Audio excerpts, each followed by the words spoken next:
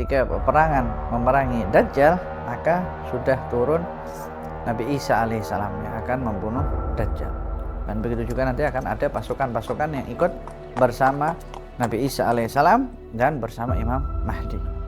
Mereka semua akan muncul di akhir zaman nanti yang akan memerangi Dajjal. Kenapa? Karena berperang ketika kita dimusuhi, ketika kita didatangi, ketika kita diusik. Sebab itu dikatakan di sini jihad artinya ketika seseorang itu membela melawan orang-orang kafir, itu jalan terakhir.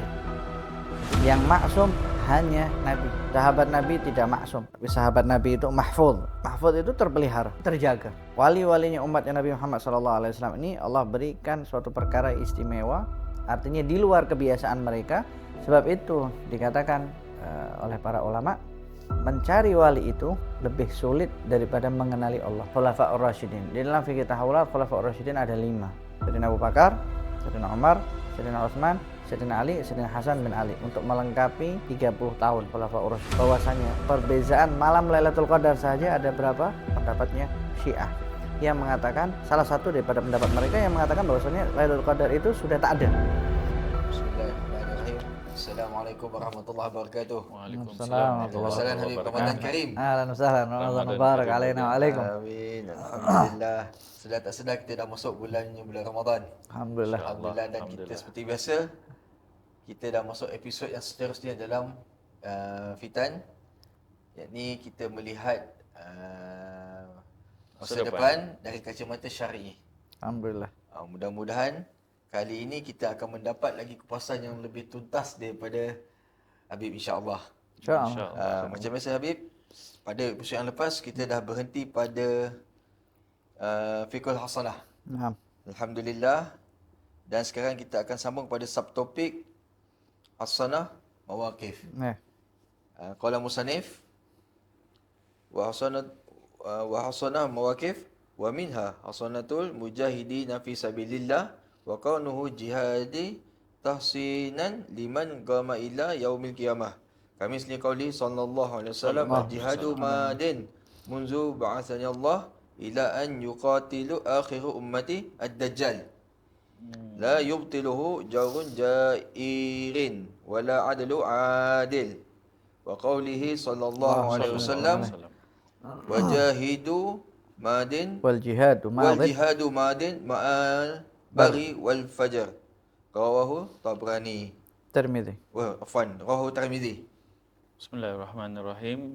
Disabdakan oleh Rasulullah sallallahu alaihi wasallam, jihad tetap berjalan sejak Allah mengutusku hingga umatku yang terakhir memerangi Dajjal. Hal itu tidaklah digugurkan oleh kezaliman orang yang zalim dan keadilan orang yang adil. Dan sabda Rasulullah SAW, jihad akan berlangsung sehingga hari kiamat. Alhamdulillah, salatu wassalamu ala Rasulillah wa ala alihi wasahbihi wa ala hamma ba'd.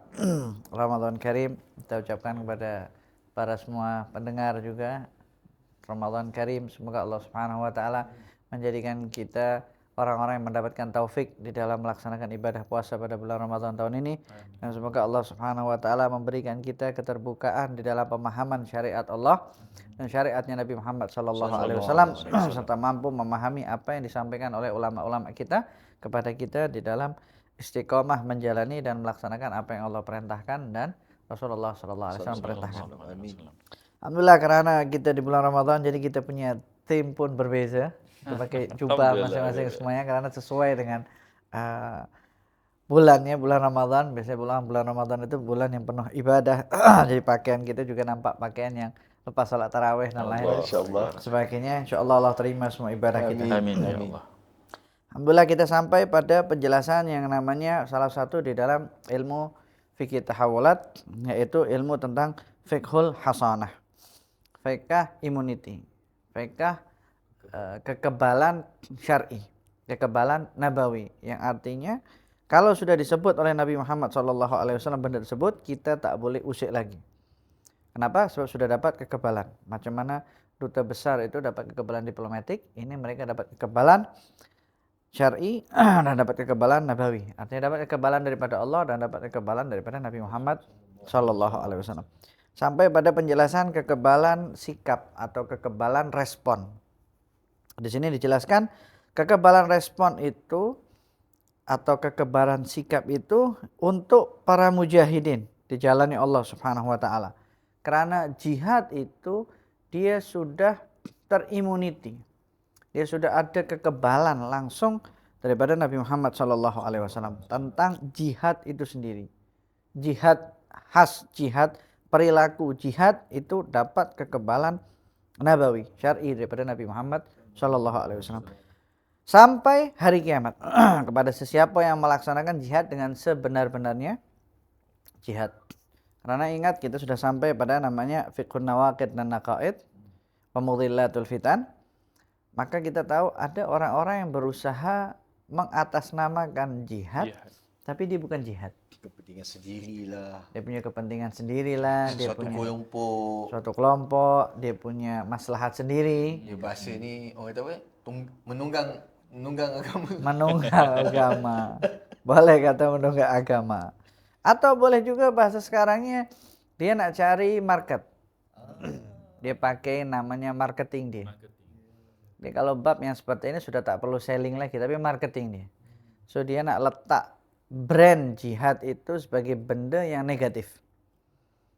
Padahal jihad itu dapat immunity daripada Nabi Muhammad SAW. Tapi mereka berusaha menodai, mencemari nama tersebut, brand tersebut. Kenapa? Karena Nabi Muhammad SAW beritahu kepada kita, al-jihadu madhin mundu ba'athani Allahu illa ayyuqatila akhir ummati ad-dajjal. Kenapa jihad itu dapat kekebalan daripada Nabi Muhammad SAW? Karena ada kaitannya antara wujudnya jihad, adanya jihad, sampai nanti orang terakhir yang memerangi Dajjal. Jadi memerangi Dajjal ini juga termasuk daripada jenis jihad. Masuk daripada jenis jihad. Nah, Nabi Muhammad SAW beritahu jihad ini terus ada semenjak Allah utus aku sebagai Nabi dan Rasul. Ketika aku diutus oleh Allah Subhanahu wa taala sebagai Rasul, maka jihad itu terus ada. Jihad itu akan terus ada. Siapa, di mana mereka, tempatnya nanti akan sampai pada masanya. Tapi yang jelas di sini sudah dijelaskan oleh Nabi Muhammad SAW. Sampai bila ya Rasulullah? Kata Rasulullah, illa ayyuqatila akhir ummati ad-dajjal. Sampai nanti akhir umatku akan memerangi Dajjal. Akan terjadi peperangan besar nanti melawan Dajjal. Dan itu juga sebagai bentuk jihad. Sebagai bentuk jihad. Karena nanti ketika peperangan memerangi Dajjal, maka sudah turun Nabi Isa alaihissalam yang akan membunuh Dajjal. Dan begitu juga nanti akan ada pasukan-pasukan yang ikut bersama Nabi Isa alaihissalam dan bersama Imam Mahdi. Mereka semua akan muncul di akhir zaman nanti yang akan memerangi Dajjal. Tapi yang ini yang jihad yang dimaksudkan dalam konteks ni memang hanya perang sahaja, atau yang sebelum ni kita ada dengar tentang orang yang pergi menuntut ilmu tu pun dipanggil jihad juga, atau ini khas perang sahaja? Ya, literally maksud dia adalah jihad berperang. Jihad yang dimaksudkan di sini termasuk juga salah satu daripada jenisnya berperang. Masih luas. Termasuk kita berbakti kepada ibu bapa, itu jihad. Kita melawan ego kita, itu juga jihad. Tetapi yang dimaksudkan di sini salah satunya ialah berperang. Kenapa? Sebab disambungkan sampai nanti akhir umatku memerangi Dajjal. Jadi konsep asalnya daripada jihad itu berperang. Kenapa? Karena berperang ketika kita dimusuhi, ketika kita didatangi, ketika kita diusik. Sebab itu kalau ada orang kata agama Islam ini agama penuh dengan peperangan, agama Islam ini agama yang dapat tersebar karena pedang, maka kita tengok Nabi mulai berperang semenjak bila? Di Mekah ke di Madinah? Nabi berperang ketika di Mekah ke ketika di Madinah? Di Madinah. Artinya kalau Nabi perang di Madinah, artinya kan musuh datang ke Madinah. Bukan Nabi datang sana. Tapi mereka yang mendatangi. Dan bahkan jumlah totalnya daripada semua peperangannya Nabi Muhammad SAW itu jumlahnya sangat sedikit jika dikira dan dibandingkan dengan perang dunia pertama, perang dunia kedua, kemudian pembunuhan, kemudian beberapa perang sejuk dan lain sebagainya kalau kita tengok macam mana itu semuanya. Dan ada sebuah buku juga yang menjelaskan bahwasanya peperangan-peperangan yang memiliki mangsa yang sangat banyak itu hampir semuanya tidak ada di dalam Islam. Maknanya konflik itu bukan dijalankan oleh kaum muslimin, tak ada, semuanya agama-agama lain. Sebab itu dikatakan di sini jihad artinya ketika seseorang itu membela agamanya dia. Itu di situ dikatakan dan itu akan terus ada. Kenapa? Karena banyak umat Islam yang diusik di mana-mana.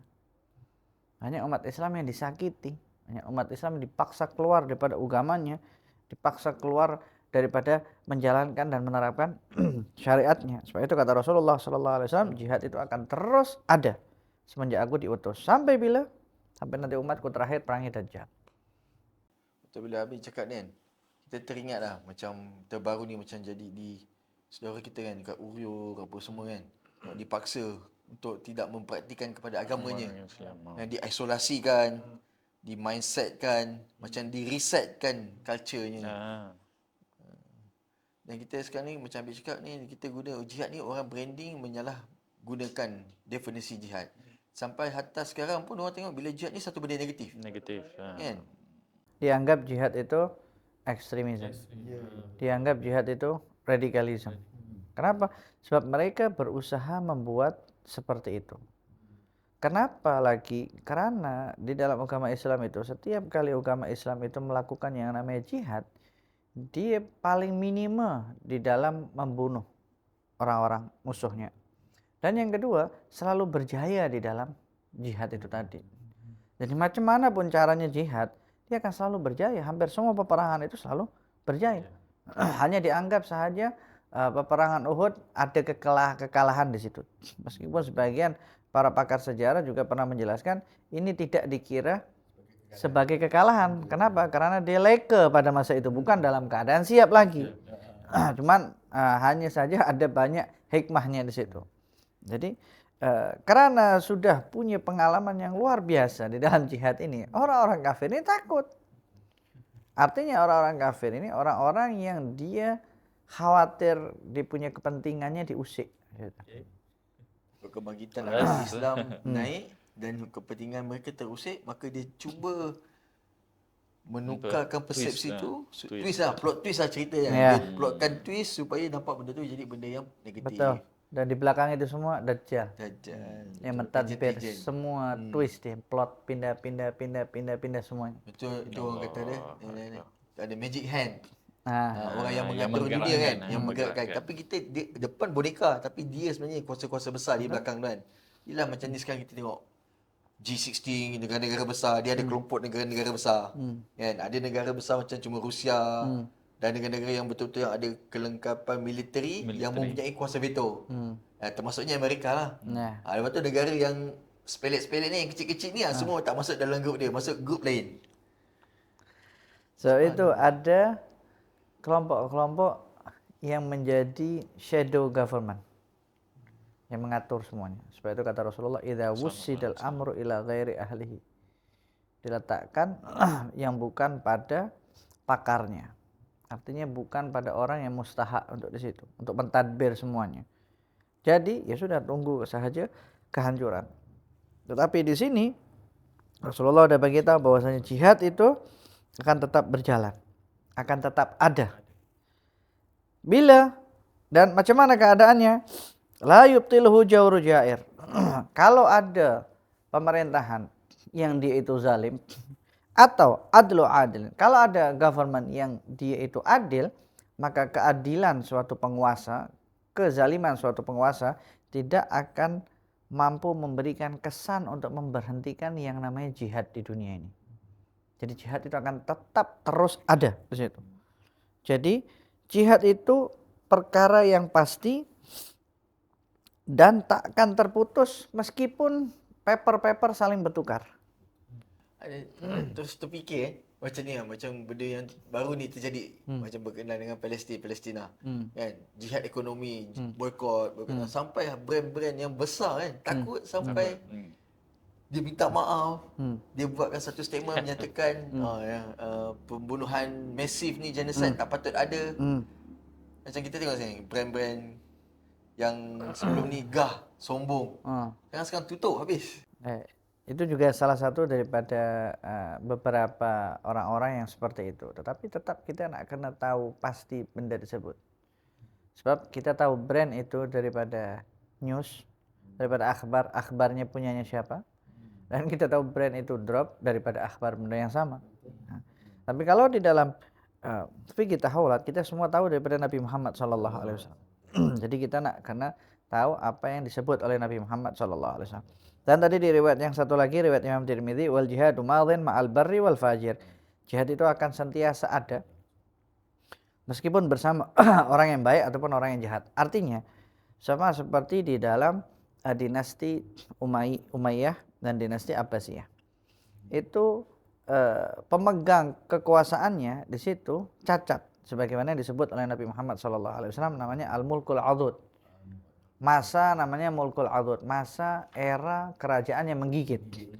Artinya ada kecacatan di situ di dalam penguasanya. Tetapi meskipun di penguasanya itu ada kecacatan, yang sebut cacat ini Rasulullah SAW, tapi jihad tetap jalan, tetap jalan. Sahabat-sahabat besar ikut jalan. Sayyidina Husain, Sayyidina Hasan, kemudian sahabat-sahabat besar juga ketika jihad mereka juga ikut jihad, dan sahabat-sahabat Nabi Muhammad SAW juga ikut jihad di bawah kepemimpinan yang mereka sangat famous dengan kezalimannya. Tapi kalau dah jihad jalan. Tengok macam mana, sebab kata Nabi Muhammad SAW, jihad itu akan tetap jalan. Dan di masa itu punya kekebalan namanya jihad salah satunya. Jadi jihad itu dapat kekebalan. Bentuk jihad itu dapat kekebalan syar'i, dan jihad itu dapat dijadikan sebagai kekebalan suatu masa, suatu era, suatu marhalah yang nanti akan sampai pada penjelasan berikutnya. Yang berikutnya Hasanah Usari. Baik. Wa minha qauluhu sallallahu alaihi wasallam sabran ala yasirin fa inna mau'idakumul jannah. Nah, kemudian yang selanjutnya ada namanya kekebalan keluarga. Kekebalan keluarga ini Nabi SAW sudah bagi tahu bahwasanya keluarga ini ada imunitinya yang Nabi sebut seperti keluarganya Yasir. Ketika itu ayah dan ibunya dibunuh di depan matanya Sayyidina Ammar bin Yasir. Yasir ini ayahnya Sayyidina Ammar, dan ibunya Sayyidina Ammar yang bernama Sumayyah, perempuan syahid pertama kali di dalam Islam. Jadi ketika dibunuh, Sayyidina Ammar melihat benda tersebut. Coba bayangkan, orang-orang itu yang orang-orang kafir, mereka itu ketika membunuh mereka tak punya rasa belas kasih.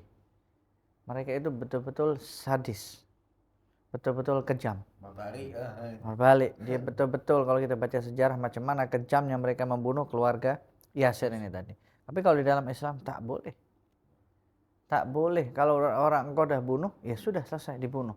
Kalau ketika sebelum nak bunuh dia mengucapkan la ilaha illallah Muhammad Rasulullah, selesai, jangan dibunuh. Ya, ada satu kisah yang sahabat yang penggal dia lepas tu dia katakan Nabi, Nabi tanya, adakah kau tahu isi hatinya? Dia kata dia mengucap sebab dia takut akan pedangku ya Rasulullah. Betul kan? Tapi Rasulullah pun masya-Allah betul lah, kita Islam ni agama yang semua sempurna. Macam dalam keadaan perang, kanak-kanak kita tak boleh usik. Yang kita tengok apa lagi, orang tua. Kan? Islam tu dah ada guideline dah. Hatta dalam berperang. Waktu Imam Ali karamallahu wajhah ketika terbunuh, Imam Ali sudah ingatkan, kalau korang dapatkan pembunuh aku, jangan kau mutilasi. Tahu mutilasi?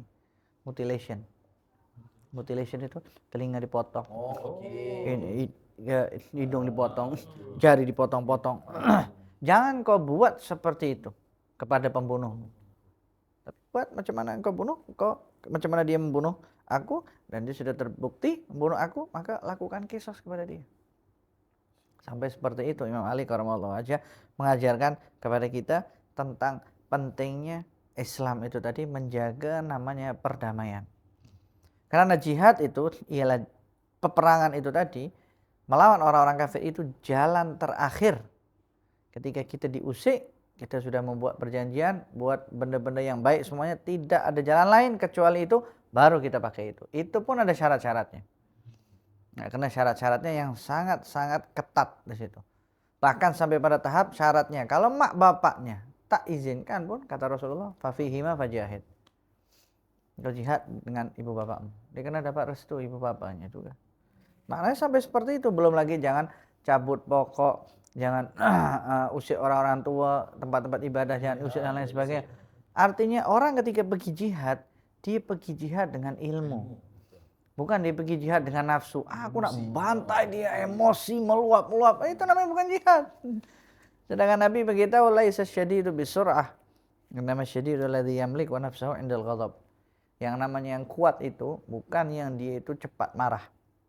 Tetapi orang yang kuat itu orang yang boleh kontrol emosi dia ketika dia tengah meluap-luap. Apalagi sekarang bulan puasa. Nah, kalau udah mulai pukul 4, pukul 5 udah mulai dah. Udah mulai dah naik, dah jalan jam lah. Engkau ni kau tak tahu aku puasa kan, dan lain sebagainya.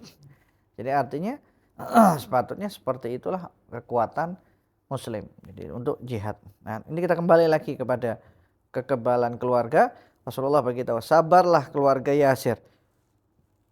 Karena janjimu, artinya karena korang dapat janji masuk surga. Jadi artinya sudah tak boleh lagi ada orang-orang usik keluarganya Yasir ini. Atau mungkin kita nak kena tahu siapa keturunannya Sayyidina Ammar bin Yasir. Sayyidina Ammar bin Yasir ketika itu sudah berumur. Kita nak kena cek lagi sejarah siapa keturunannya Sayyidina Ammar bin Yasir. Ada tak sampai sekarang? Dia di kabilah yang mana? Kenapa? Sebab keluarganya dapat kekebalan daripada Nabi Muhammad SAW. Artinya jangan sampai kita itu nanti ternyata ini keturunannya Sayyidina Ammar bin Yasir, kemudian kita duduk maki dia. Apa benda lah engkau dan lain sebagainya. Tak, sebab dia dah dapat kekebalan daripada Nabi Muhammad SAW. Dan masih banyak lagi contoh-contoh yang Rasulullah bagi kekebalan kepada setiap keluarga. Termasuk yang famous di sini ialah keluarganya Ali Yasir. Jadi Rasulullah dah beritahu, sabar karena tempatmu di surga nanti. Coba bayangkan keluarganya Yasir. Artinya Sayyidina Yasir terbunuh masuk surga, ibunya Siti Sumayyah masuk surga, dan Sayyidina Ammar kan belum meninggal, tapi sudah dapat jaminan surga. Siapa yang bagi jaminan? Nabi Muhammad SAW. Nabi Muhammad bagi jaminan daripada siapa? Wahyu daripada Allah Subhanahu Wa Taala. Jadi yang dapat memberikan seperti itu hanya Nabi Muhammad SAW. Baik Habib, yang ini tentang macam Habib sebut tadi tentang keluarga yang diberi janji oleh Rasulullah. Selain kita nak kaitkan dengan ni, adakah untuk zaman-zaman sekarang, keadaan sekarang kita ni, boleh kita kategorikan sesuatu keluarga tu masuk dalam kategori keluarga Yasir seperti ni? Contohnya keluarga-keluarga yang sahabat kita di Palestina sana, yang keluarganya mungkin dibunuh, adakah dia termasuk dalam konteks yang Rasulullah sebut? Ini dia lebih spesifik karena Nabi sebut nama keluarga tersebut. Nabi sebut family name itu tadi. Yang disebut family name itu tadi, itulah yang dapat. Hanya keluarga itu sahaja. Hanya itu saja. Yang dapat hanya itu saja. Jadi keluarga itu juga termasuk keluarga dan anak keturunannya, karena dia masuk keluarga. Tetapi kalau yang di tempat yang lain, kalau dapat namanya kekebalan daripada personality, seperti hasanat dzawat, sifat. Siapa yang jaga anak yatim, dia dengan aku di surga nanti. Nah, siapapun yang jaga anak yatim, dia dapat kekebalan itu tadi. Siapa yang berakhlak dengan akhlak yang baik, dia nanti akan duduk dengan aku di sebelahku pada hari kiamat. Siapa yang paling banyak bersalawat kepada aku, itu nanti akan dekat dengan aku. Nah, itu sifat yang dapat orang kalau dia praktikkan benda itu, dia boleh dapat benda itu. Jadi ada dua kategori. Sama ada dia kategori khusus dengan open, maksudnya. Open bagi siapa yang nak dia nak kena tawaran untuk ni kita boleh. Okey, baik. Insyaallah. Apa yang kelompok macam Ahli Badar. Ahli Badar. Ya. Ahli Badar ada Baiatul Ridwan, Baiatul Ridwan ada pokok tu. Kemudian seperti ini keluarga Yasir, ya keluarga Yasir saja, khas saja. Sebab ini kan kekebalan, artinya keistimewaan di situ. Supaya kita ini tidak berbicara tentang orang ini tadi. Nah. Baik, okey. Mungkin kita boleh teruskan poin yang seterusnya. Dan insya-Allah khasanah tajuk yang subtopik yang terakhir dalam topik ini adalah hasanah marahil. Hasanati marhalatin risalatin bi wahyi wal ismati wan nubuwati wal mu'jizat. Nah, ini yang kelima. Yang kelima ini dia punya kekebalan tentang masa, eranya, marhalahnya. Jadi marhalahnya, eranya, masanya itu tadi ada kekebalannya. Seperti pada masa Ar-Risalah, pada di masa Nabi Muhammad SAW ada. Apa hasanahnya di situ? Apa imunitinya di situ? Apa kekebalan nabawinya di situ? Ada yang namanya wahyu. Jadi kalau ada apa-apa, wahyu akan turun. Berarti ketika ada suatu perkara, wahyu turun. Karena Al-Quran turun bukan sekaligus semua, bergantung daripada yang namanya peristiwa-peristiwa. Nah, ketika terjadi suatu peristiwa, kan turun wahyu. Ketika sahabat confused macam mana, tanya kepada Rasulullah, turun wahyu. Ketika ada sahabat yang dia tertidur sebelum dia buka puasa, dia waktu mana buka puasa, kemudian dia tertidur. Kemudian istrinya cakap, wah celaka engkau, macam mana engkau tertidur. Sebab kalau dia mereka tahu, ketika seseorang itu sudah tidur, artinya dia tak boleh makan lagi sampai hari esok. Nah, karena ketika hari esok, dia akhirnya pingsan tengah hari, sebab mereka bekerja. Tak makan. Akhirnya mengadu kepada Nabi Muhammad SAW, baru turun wahyu. Itu dia, ada kekebalan di masanya itu tadi. Sebab itu di masa sahabat Nabi Muhammad SAW, semuanya itu wali. Sahabat-sahabat Nabi Muhammad SAW, yang besarnya, yang kecilnya, yang tuanya, yang mudanya, yang alimnya, yang kurang alimnya, semuanya walinya Allah Subhanahu wa Ta'ala. Kenapa? Sebab masyarakatnya itu istimewa di zaman itu. Yang jelas itu sahabat Nabi Muhammad SAW ya. Artinya yang selain sahabat Nabi ya itu di luar. Karena itu yang memusuhi Nabi Muhammad SAW. Orang-orang musyrik, orang-orang kafir, orang-orang munafik, orang-orang Arab dan lain sebagainya, itu yang memusuhi Nabi Muhammad SAW. Tapi sahabat Nabi Muhammad SAW, mereka semuanya walinya Allah Subhanahu wa Ta'ala. Sebab itu di masa itu ada kekebalan. Salah satunya yang pertama adalah wahyu, dengan adanya wahyu. Seperti karena kita di bulan puasa ya, jadi munasabahnya tentang ayat yang berpuasa. Hatta yatabayyana lakumul khaytul abyad minal khaytil aswad minal fajr. Jadi sampai nampak garis putih daripada garis hitam. Kan dulu sahabat Nabi nampak, oh ini ada garis putih, kemudian garis hitam, kemudian dia tidur. Nampak yang mana? Kenapa? Sebab ayat minal fajr belum turun lagi. Karena ada riwayat mengatakan hatta yatabayyana lakumul khaytul abyad minal khaytil aswad. Sampai situ selesai. Minal fajrnya belum.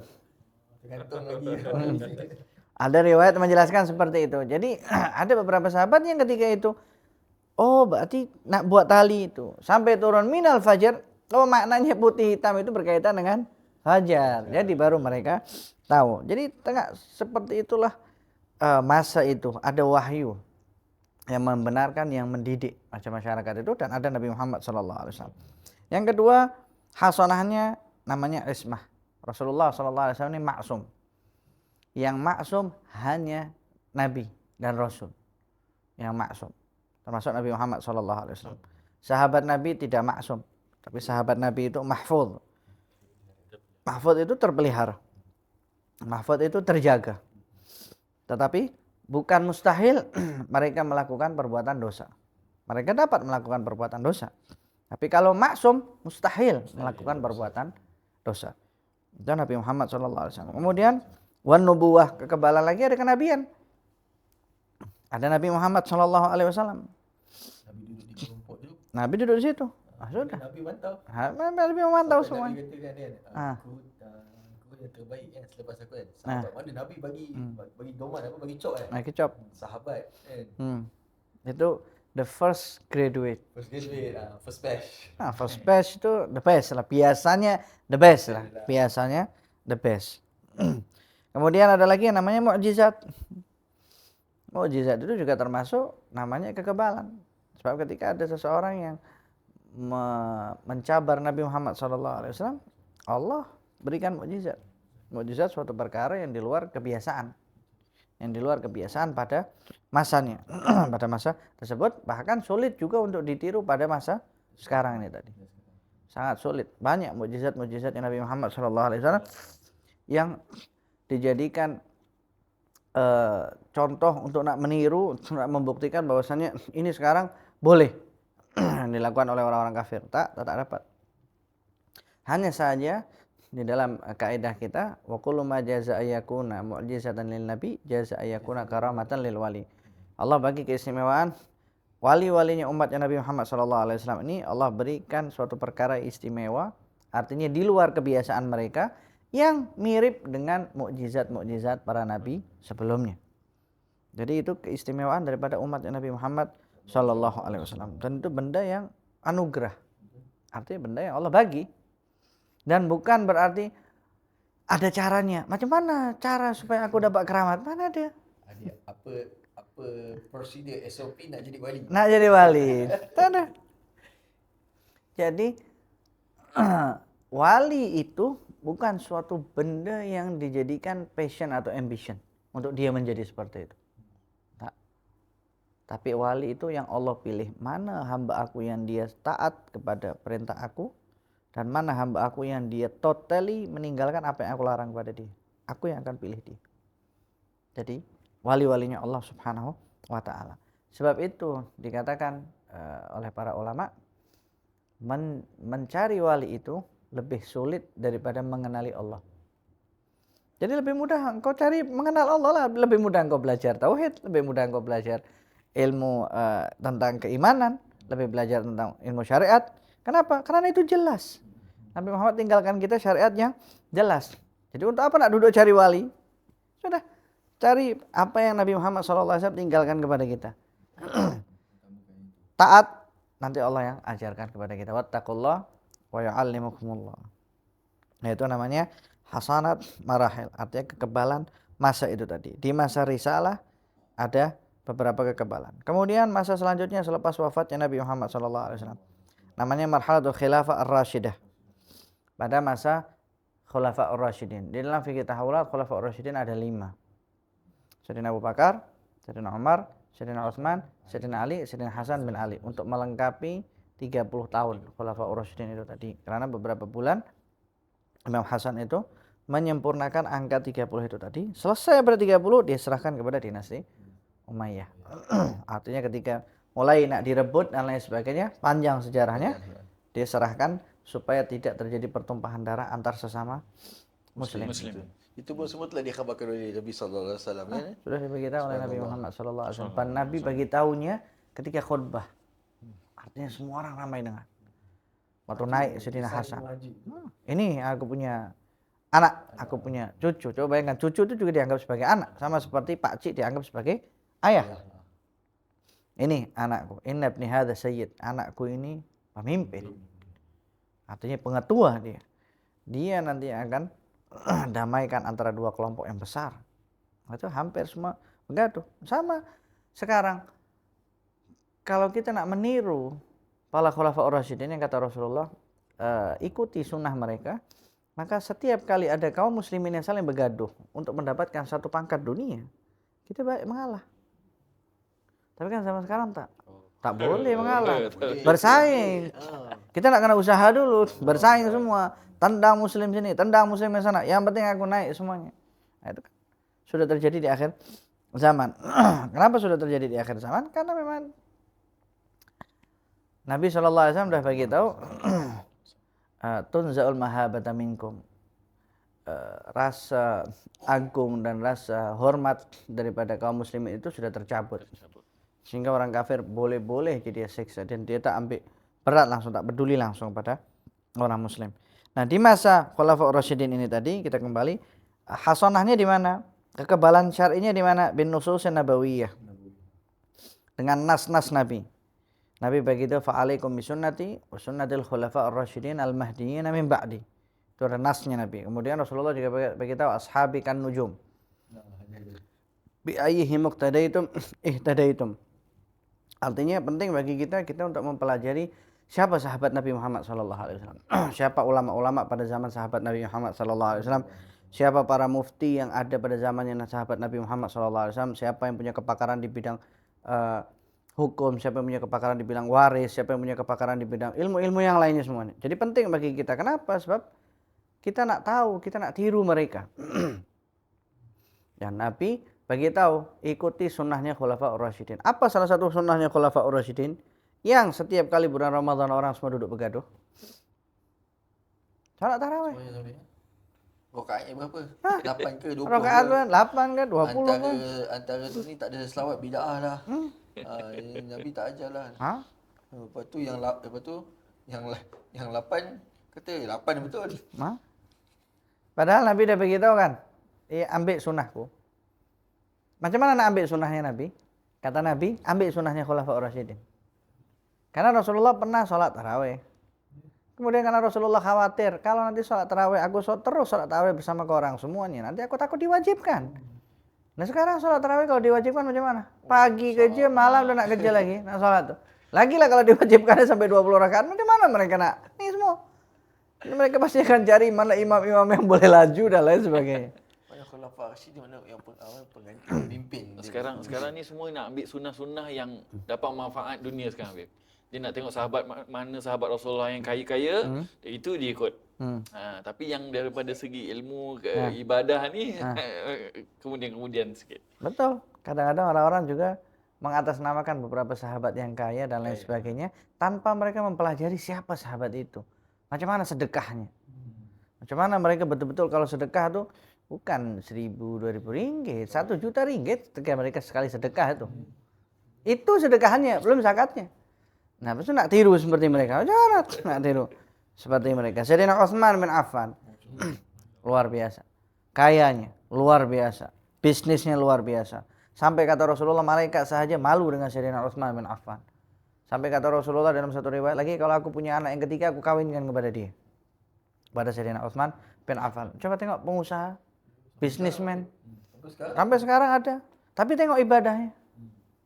Tapi tengok ibadahnya macam mana dengan Sayyidina Utsman dengan Al-Quran. Tak habis. Nah sekarang bisnismen orang-orang kaya raya boleh khatam Al-Quran. Boleh baca Al-Quran. Kadang-kadang malu dia nak baca macam mana. Dan lain sebagainya. Jadi kadang-kadang mereka mencari sesuai yang tadi Azhar beritahu. Ikut maslahat mereka. Padahal Nabi beritahu pegang sunnah Khulafaur Rasyidin. Sayyidina Utsman kumpulkan untuk salat tarawih. Meskipun terjadi perbezaan berapa salat tarawih rakaatnya pada zaman Sayyidina Umar bin Khattab, tetapi yang kita tengok yang diambil oleh para ulama semuanya yang 20. Dia kata yang bid'ahnya bukan rakaatnya, yang dikumpulkan jadi imam. Tu jadi satu yang imam. dikatakan bid'ahnya adalah Sebaik-baik bid'ahnya.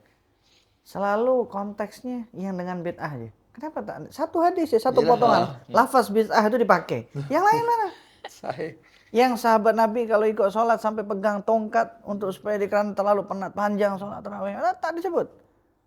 Nabi Sayyidina Umar radhiyallahu anhu kumpulkan yang laki-laki imamnya Sayyidina Ubay bin Ka'ab.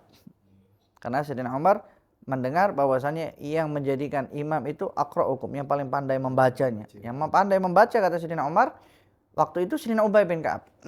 Yang menurut Sayyidina Umar, meskipun ada beberapa sahabat lagi, tapi Sayyidina Umar pilih untuk Sayyidina Ubay bin Ka'ab karena ada beberapa keistimewaan Sayyidina Ubay bin Ka'ab. Yang muslimatnya dikumpulkan lagi di tempat yang lain, yang jadi imam Sayyidina Tamim bin Aus Ad-Dari.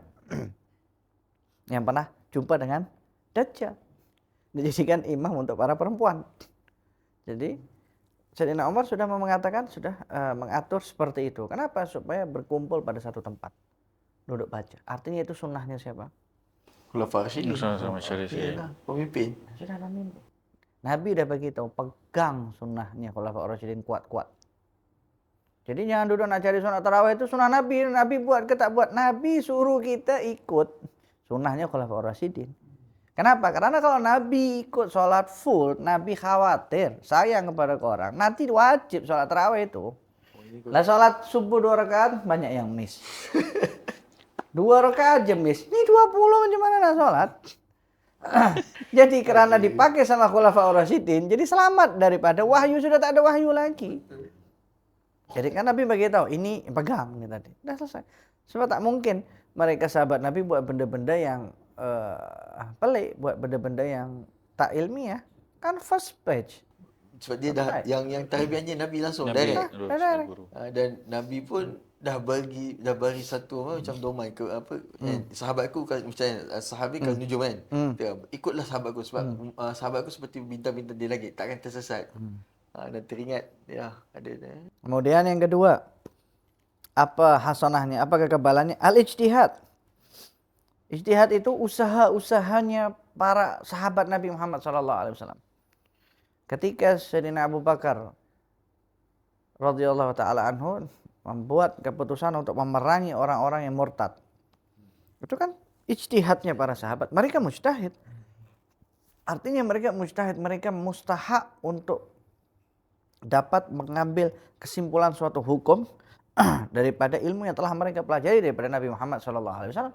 Kalau zaman selepasnya ada namanya mujtahid, sahabat Nabi langsung directly belajar dari Nabi Muhammad SAW dengan alatnya luar biasa, bahasa Arabnya masih pure, murni, langsung direct bersama Nabi Muhammad SAW, punya akal yang luar biasa.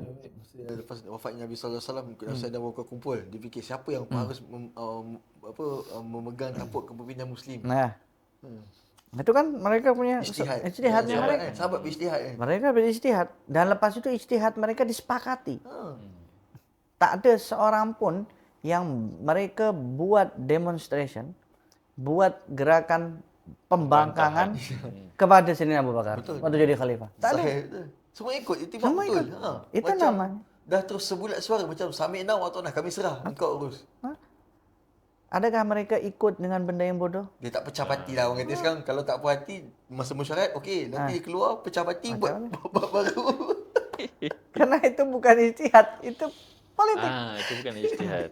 Itu cari kemaslahatan. Kalau ini kan dia cari kebenaran. Mana maslahat yang terbaik? Baik, Sayyidina Abu Bakar. Tak ada seorang pun yang membangkang daripada sahabat-sahabat pembesar. Wala dari ahlul baitnya Nabi tak ada yang membangkang benda tersebut. Kemudian sampai pada Sayyidina Umar bin Khattab. Tak ada. Waktu Sayyidina Umar bin Khattab buat kumpulan salat tarawih, mana ada sahabat Nabi yang membangkang? Tak ada. Tak ada seorang pun yang duduk protes. Woi, kau kenapa buat benda macam ni? Nabi tak buat. Tak ada. Semua sepakat. Kenapa? Karena semua mujtahid. Mereka semua faham. Mereka itu jenius. Mereka tahu benda tersebut. Oh ini caranya terbaik yang seperti ini. Oh ini kesepakatan. Oh ini keputusan yang dibuat oleh orang-orang yang mujtahid. Itu juga termasuk ijtihad. Kemudian juga yang namanya kekebalan di dalam masa khilafah ar-rasyidah atau khilafah ar-rasyidin, ada namanya mawaqif, ada namanya sikap. Sikapnya ahlul baitnya Nabi Muhammad SAW. Sayyidina Ali, Sayyidina Fatimah, Sayyidina Hasan, Sayyidina Husain, dan keluarganya Nabi Muhammad SAW, Sayyidina Abdullah bin Abbas dan lain sebagainya. Itu termasuk ahlul bait yang besarnya. Mereka semua tidak ada bentuk pembangkangan kepada setiap khalifah yang jadi. Baik pembangkangan secara gerakan, dia buat demo, dia buat demonstration, atau pembangkangan secara lisan, yang dia bercakap pada orang lain atau dia khutbah, jangan ikut khalifah ini. Tak ada. Tak ada seorang pun. Tak ada termaktub dalam sejarah. Tak ada dalam sejarah.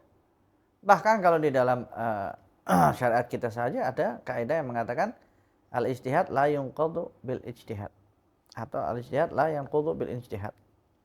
Jadi ijtihad itu tidak dapat dibatalkan dengan ijtihad yang lain. Tapi coba bayangkan tidak dapat membatalkan atau dibatalkan dengan ijtihad yang lain. Macam mana kalau satu ijtihad disepakati semuanya? Seberapa kuat itu ijtihad itu? Yang menyepakati semua orang-orang yang hebat semuanya. Jadi itu artinya kekebalan yang luar biasa. Kalau orang itu membaca daripada kacamata fikih tahawulat yang dijelaskan seperti ini, artinya selamat. Kita tak pernah maki-maki sahabat Nabi lah. Zaman khilafah Sayyidina Utsman terjadi seperti ini dan lain sebagainya. Nabi sudah beritahu. Betul, sekarang ni orang ni lidahnya ni macam ni kan. Kita hifzul lisan kan. Hifzul lisan kan. So, masya-Allah lidah tu yang condemn macam tu perang Jamal, perang Siffin, semua tu sahabat semua. Semua sahabat semua, dan yang kondem tak boleh bahasa Arab. Macam mana kita nak tahu suatu peristiwa yang tertulis dalam bahasa Arab, tapi kita tak tahu bahasa Arab? Kan ada terjemah, pakailah terjemah. Tapi terjemah bergantung siapa yang terjemahkan. Lagi sama sekarang pakai AI aja, boleh terjemahkan. Nanti tengok macam mana terjemahkan.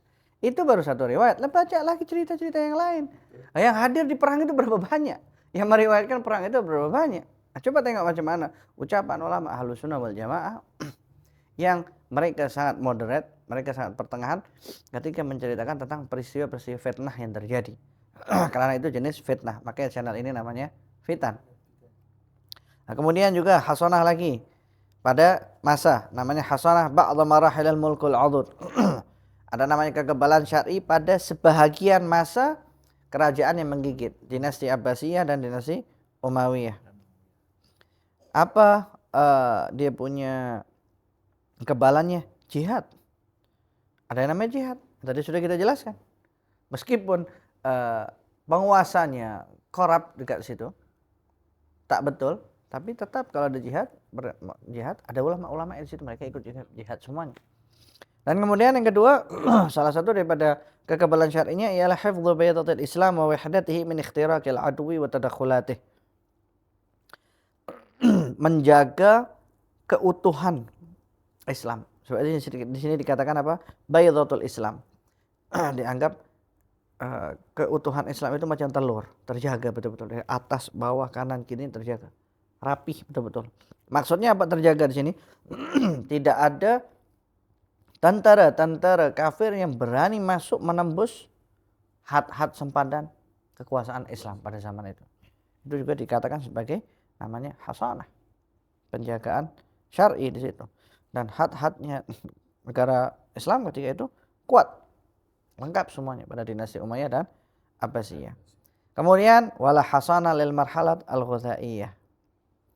Nah, sekarang nih di masa kita nih, kita udah tak ada lagi. Kita tak punya yang namanya hasanah, kita tak punya kekebalan syar'i.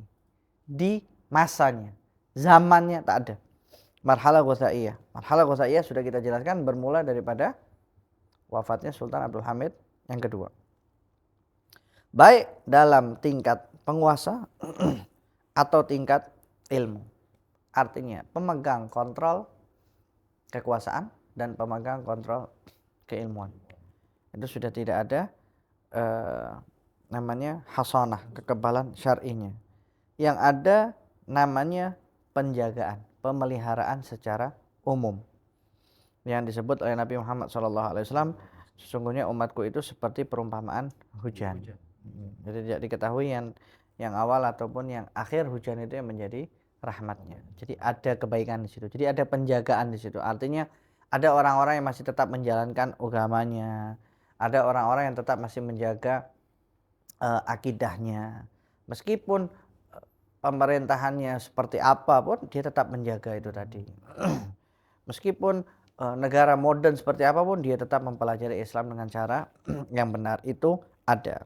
Begitu juga ucapan Nabi Muhammad SAW, salah satu daripada bentuk pemeliharaan secara umum. Artinya ada beberapa kelompok. La tazalu ta'ifatun min ummati 'alal haq la yadhurruhum man khadhalahum. Artinya sentiasa ada beberapa kelompok.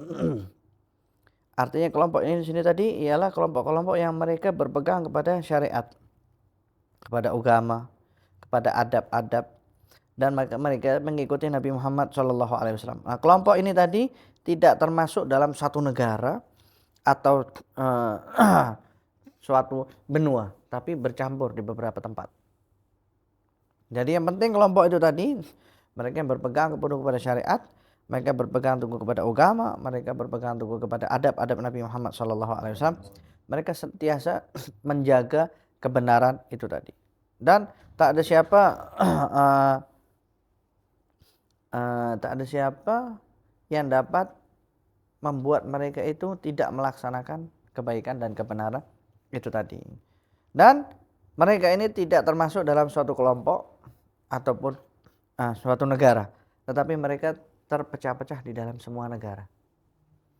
Termasuk juga taifahnya di sini ialah orang-orang yang jihad. Orang-orang jihad ini dia akan tersebar luas di semua negara. Kadang-kadang kita tak tahu siapa satu yang jihad itu. Kita tak tahu dia jihad dengan cara yang benar dan lain sebagainya. Kita tak tahu di negara mana, tak tahu kelompok mana. Tapi Nabi bagi tahu benda itu ada. Jadi benda itu ada. Jadi ketika sesuatu benda itu ada dan kita tak tahu, bukan berarti kita nak menafikan benda tersebut. Tetapi kita meyakini benda tersebut ada karena Nabi bagi tahu benda itu ada. Itu pentingnya kita untuk memahami tentang fikih tahawulat sampai pada bab fiqhul hasanah. Nah, kemudian min ukhrayat marahil hasanah al-marhalah al-mahdawiyah wal isawiyah fi akhir zaman bima warada fiha minan nusus. Nanti di akhir zaman ada masanya zaman Imam Mahdi dan masa zamannya Nabi Isa alaihissalam, baru ada kekebalan di situ, kekebalan syar'i sesuai dengan nas yang disebutkan oleh Nabi Muhammad sallallahu alaihi wasallam. Masya-Allah. Oh, masya-Allah. Jadinya dia untuk subtopik yang kelima ni Habib, kalau secara khulasahnya terbahagi kepada 4 lah Habib. Untuk period dia untuk marhalah dia ada 4 lah. Yang pertama, Yang pertama pada zamannya Rasulullah, marhalah risalah namanya. marhalah risalah. Yang kedua setelah Rasulullah wafat, Khilafah Rashidah, Rasyidin. 30 tahun. Seterusnya 30 tahun yang tadi. Seterusnya zaman kita sekarang ni Ghusaiyah. Sebelumnya Mulkul Adud, Mulkul Adud. dinasti Oh, Mulkul Adud. Abbasiyah. Gigit. Okey. Dinasti Umayyah dan Abbasiyah. Ini yang ketiga. Masa ini kekebalan masanya. Masa. Ini masih ada lagi. Yang keempat sekarang ni, Ghusaiyah. Ghusaiyah. Tapi yang ni tak ada kekebalan. Tak ada kekebalan. Dan yang terakhir adalah pada zaman Imam Mahdi dengan Nabi Isa. Nabi Isa. 5, Itu masya-Allah. baru akan balik ke kebalan. Ada balik ke kekebalan. Ada kekebalannya. Dari mana? Dari nas-nasnya Nabi. Nas-nasnya Nabi itu Rasulullah tadi. SAW. Nas-nas Nabi, nasnya itulah yang menjadikan kekebalan. Tapi apa yang menarik kat sini Habib, bermakna kalau ikut Dajjal ni, ada yang dah tengok lah sebenarnya sebelum ni. Macam Habib cakap, ada sahabat yang dah pernah tengok Dajjal. Betul. Sayyidina Tamim bin Aus Ad-Dari. Sayyidina Tamim. Pernah berjumpa dengan Dajjal. Dan itu satu-satunya riwayat daripada As-Saghir anil Akabir. Riwayat Al-Akabir anil As-Saghir. Riwayat daripada orang yang besar daripada orang yang lebih kecil pangkatnya di situ. Maksudnya riwayat Rasulullah meriwayatkan daripada siapa? Daripada Tamim bin Aus Ad-Dari. Kan sepatutnya sahabat Nabi meriwayatkan daripada Rasulullah. Tapi cerita ini Rasulullah meriwayatkan daripada Sayyidina Tamim bin Aus Ad-Dari. Sayyidina Tamim bin Aus Ad-Dari berjumpa dengan Dajjal di dalam cerita riwayat hadisnya itu tadi, dan Rasulullah membenarkan dan Rasulullah menceritakan kembali. Dari mana? So Rasulullah tahu ini orang benar. Rasulullah tahu, tak mungkin Rasulullah sallallahu alaihi wasallam menipu. Wa ma yantiqu 'anil hawa in huwa illa wahyun yuha. Sayyidina Tamim bin Aus Ad-Dari, sebab itu dijadikan oleh Sayyidina Umar bin Khattab sebagai imam untuk muslimat pada salat tarawih. Tamim bin Aus Ad-Dari, sebab memang orang yang istimewa. Tamim bin Aus Ad-Dari. InsyaAllah mungkin untuk berikutnya, pada episod berikutnya kita akan masuk pada subtopik yang baru insyaAllah, yang di situ lebih menceritakan kepada wa amma syaraful adalah wa sanad. Ilmu selanjutnya. Ini ilmu selanjutnya. Ilmu cawangan daripada ilmu fikih tahawalat, namanya kemuliaan adalah dan kemuliaan sanad. Artinya kemuliaan orang yang membawa ilmu tadi dan kemuliaan sanad yang dibawa oleh orang itu tadi. Jadi penting bagi kita ketika kita berbicara sesuatu, bercakap sesuatu, kita punya sanadnya. Sanad dan rujukan. Jadi kita tidak berbicara sesuai dengan hawa nafsu kita, ego kita, sebagaimana yang terjadi semuanya. Ada liberalisme kan, orang semua duduk cakap aja tak. Aku fikir, aku rasakan. Nah, itu dia punya pemikiran sendiri. dia punya pemikiran Itu sendiri. ada satu apa dalam bahasa Arab. Laula sanad. Kalau tak ada sanad, orang bercakap. Nah, bercakap sesuai hati dia. Sesuai hati dia. Tapi kalau kita ada sanad, kita bercakap, kita ada reference-nya, kita ada marajeknya, dan orang semua juga tahu guru-guru kita siapa. Jadi maksudnya kalau kita ini sesat, kalau kita ini menyimpang, maka masyarakat boleh mengadu pada guru. Ini gurunya siapa? Jelas. Jadi tak jelas. Itulah yang penting di dalam yang namanya sanad, menjaga originality Islam itu seperti apa. Supaya betul-betul apa yang Nabi Muhammad SAW nak sampaikan kepada kita, kita terima dengan benar. Hatta yakuna hawahu taba'an lima ji'tu bih. Kata Rasulullah SAW, sampai dia punya pemikiran dia, sampai dia punya nafsu dia, sampai dia punya passion dia, sampai dia punya ambition dia, sesuai dengan apa yang aku bawa, kata Nabi Muhammad SAW. Jadi kadang-kadang kita nak perlu tahu, Nabi bagi tahu benda ni tak boleh, kita kena ingat, oh tak boleh, Nabi bagi tahu ini tak boleh.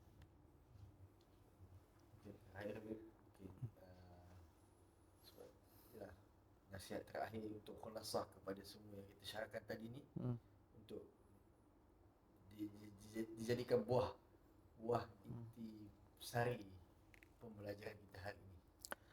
Buah intisari daripada penjelasan yang telah kita sebutkan tadi, karena kita sekarang di bulan Ramadan, maka sepatutnya kita lebih menjaga lisan kita daripada mengkritik, mengumpat, mengusik orang lain.